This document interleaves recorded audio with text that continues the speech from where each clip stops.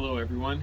Angelo here, mega uber talented, powerful Hollywood filmmaker on my balcony. It's so nice out. Too bad I'm about to go to sleep. I desperately wish I did not have to sleep so much. I would love nothing more than to be up half the night writing and going out to all the shops around here in Koreatown. I'm in Hollywood, but like basically I'm like the on the other side of the block where Koreatown starts. I love Koreatown, so it just like I'm in technically in Hollywood, so whatever.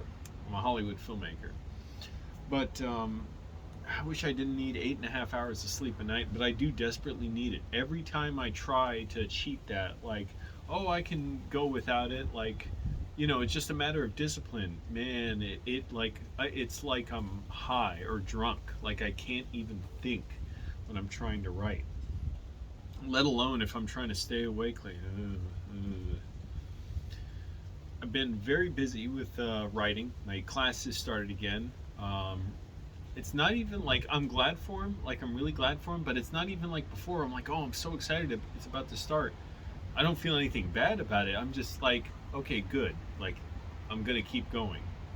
Like it's just a part of my process. It's become a part of my, uh, writing practice, which is good. So I did assignments. I've been retyping out word for word Zach Helm's script to Stranger Than Fiction, or Zach Helm's script for Stranger Than Fiction, which I absolutely love. One of my favorite scripts to read. Like it just makes me laugh. I was laughing so much while typing it out, and even saying the dialogue with the characters. It's such an incredible, beautiful script. Even seeing the movie, it's so perfectly directed. Mark Forster just got it exactly right. Such a wonderful film.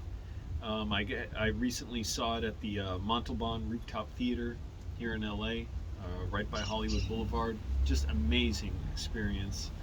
And it's just like the words were like bouncing off, like sparks flying off the screen, and even reading the script, it's like there's sparks just flying out off the page or the PDF.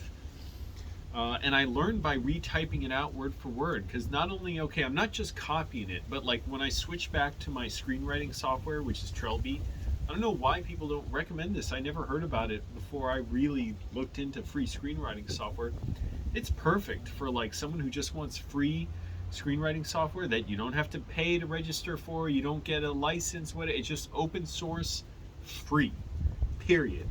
And it's perfect. It's really simple. Like certain things you can't do, like you can't underline words. That's like big deal. If I was writing an actual feature, yes, then I'll get whatever Final Draft or whatever the other ones are, one of those. And also you can't do like scene breakdowns for when you're actually going to produce the film and direct it, and you need to know, okay, like which scene takes place which location, and how are we going to break down, okay, scene like 15B, this moment, we're going to need these props or whatever. You color code them up. Anyway, so yeah, it's just very basic, but it's like text editor only almost, and I love that about it. It's like you don't even need the mouse. You can do almost everything with the keyboard. But anyways, so I did my assignments to start. They start kind of simple, like basic assignments, and then they're going to get more and more complicated, just like the last one.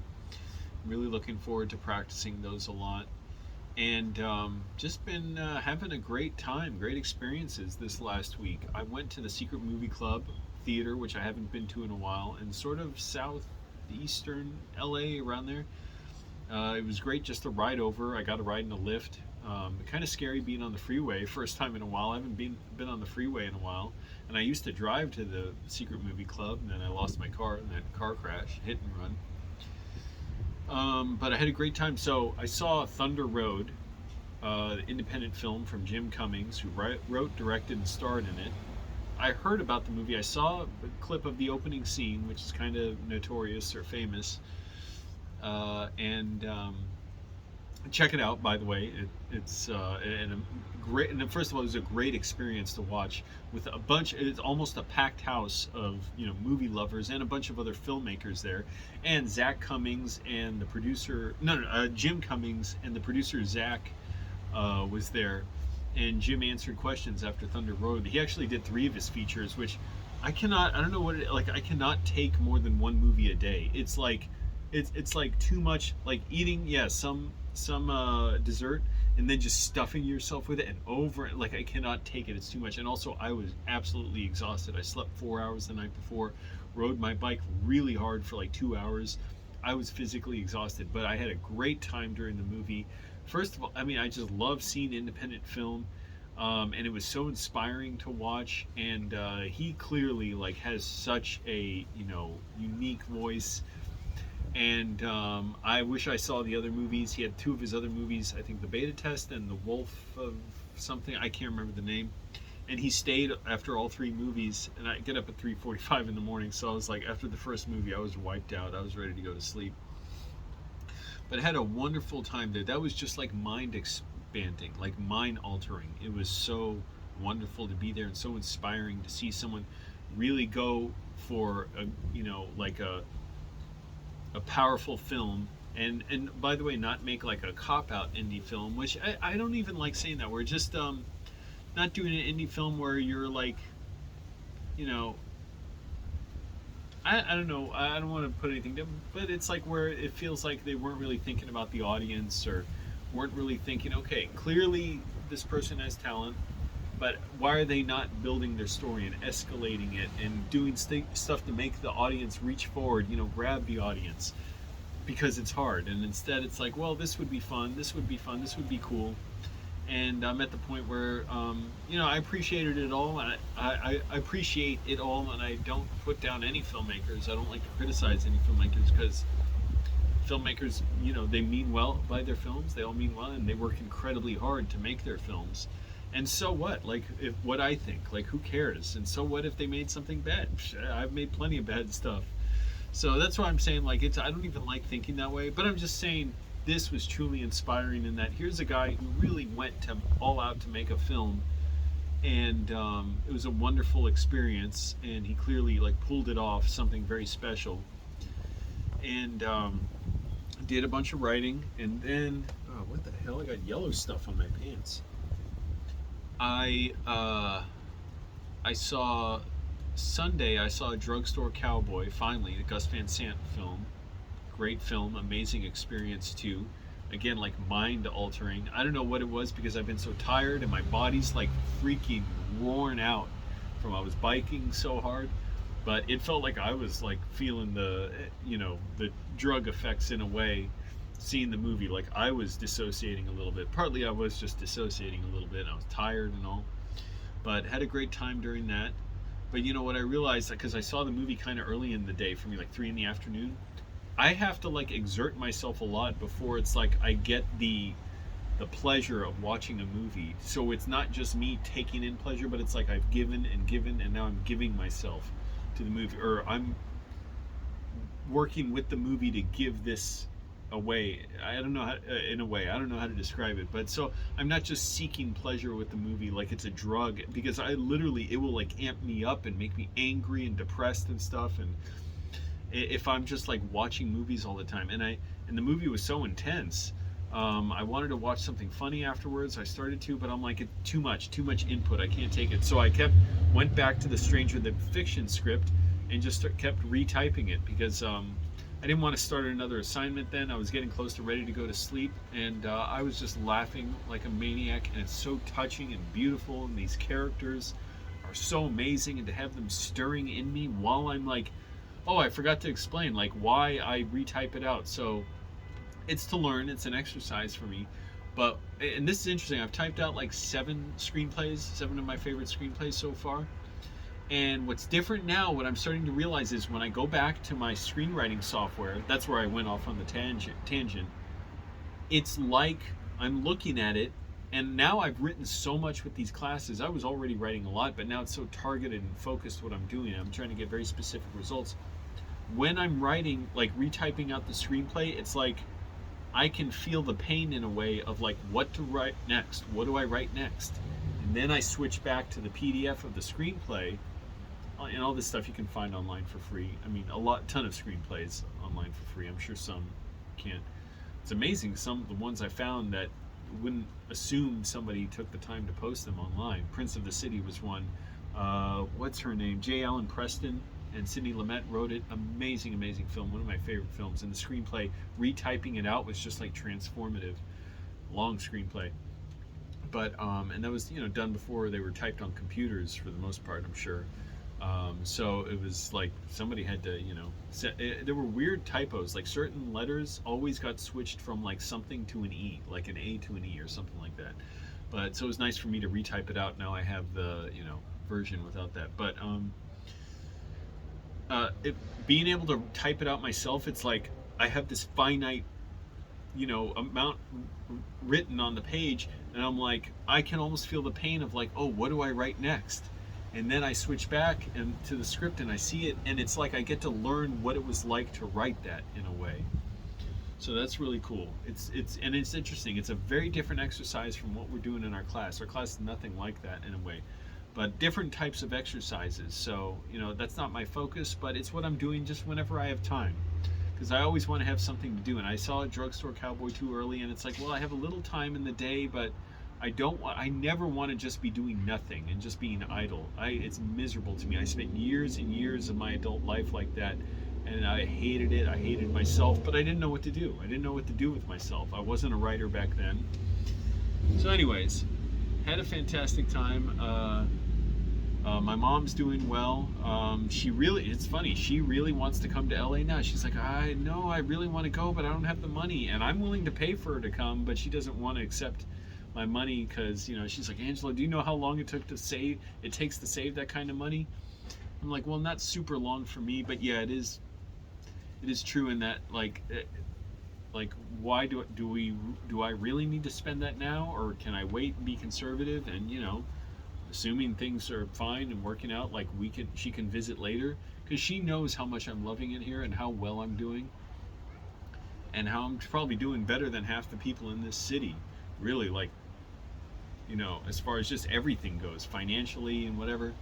I still get frustrated, like, I want to go out more and whatever, but I'm like, I was out. I saw Jim Cummings. I saw well, I go to these other, I didn't see any of the filmmakers, but I go to these other movies, these retro movie theaters, see these older movies, have a great time.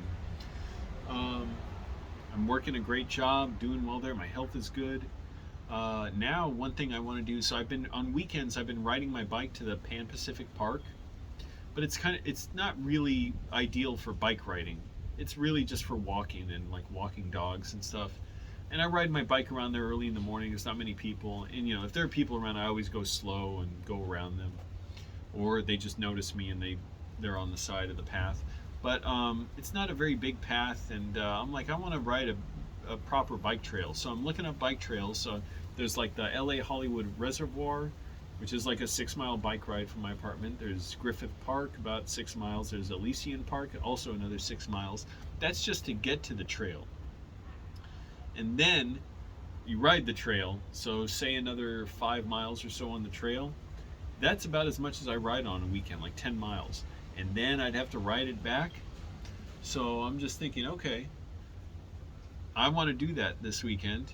I ordered some proper biking clothes too, like not a lot, just a neon jacket. I have a vest, but it's like a construction vest, and it's so annoying to wear that over my shirt because it overheats me, or even over my jacket in the mornings to work.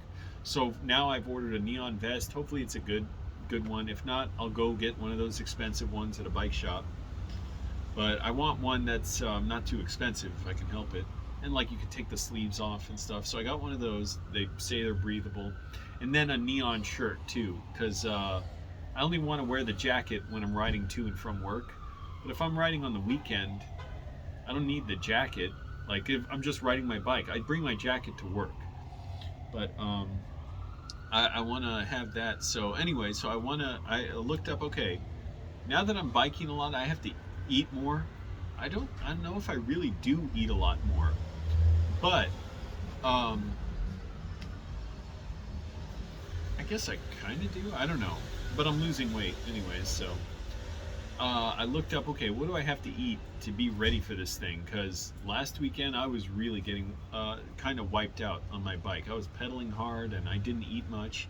I sort of ate a little bit, but I realized like throughout the day, and really the next day, Sunday, I feel like I have to eat more to, to keep myself fueled, basically. And what I read is, and I'm curious people's comments about this, their advice. Basically, eat more the day before. So carb up, eat more carbs, eat, enough fats and proteins, and throughout the bike ride, keep hydrated and keep eating like small amounts of food, like carbohydrates or whatever. So lately, it's like even lately, just trying to eat a little more, not to starve too much, like 2 bananas a day, adding a little more to my oatmeal in the morning, like I put walnuts in, always put protein powder, because I already have a workout in the morning before my bike ride to work. But I'm thinking maybe either get chicken fried rice, which fucking spider. This pho place I go to, they have like a big meal of chicken fried rice I could get a Friday night, or I could get a pizza with like a bunch of vegetables on it.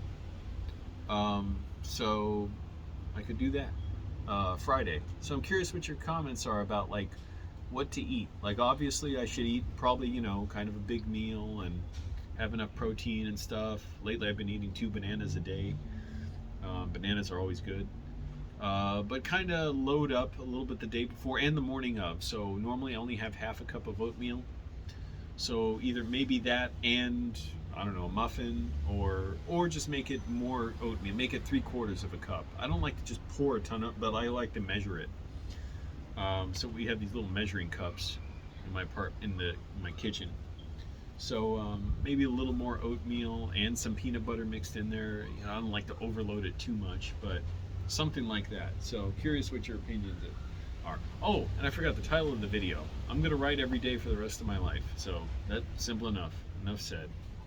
So anyways, I'm gonna go to sleep. I wish I didn't need to sleep so much, but I need to, otherwise I can't function. And lately I've been sort of going into my workouts hard, intense in the morning, and so I don't work out as long, but then I have time to write. So I'll either work on an assignment or do more retyping of Stranger Than Fiction. Have a really great time doing that. Anyways, all right, that's it for now. Let me know your advice for what to eat before my big, huge bike ride.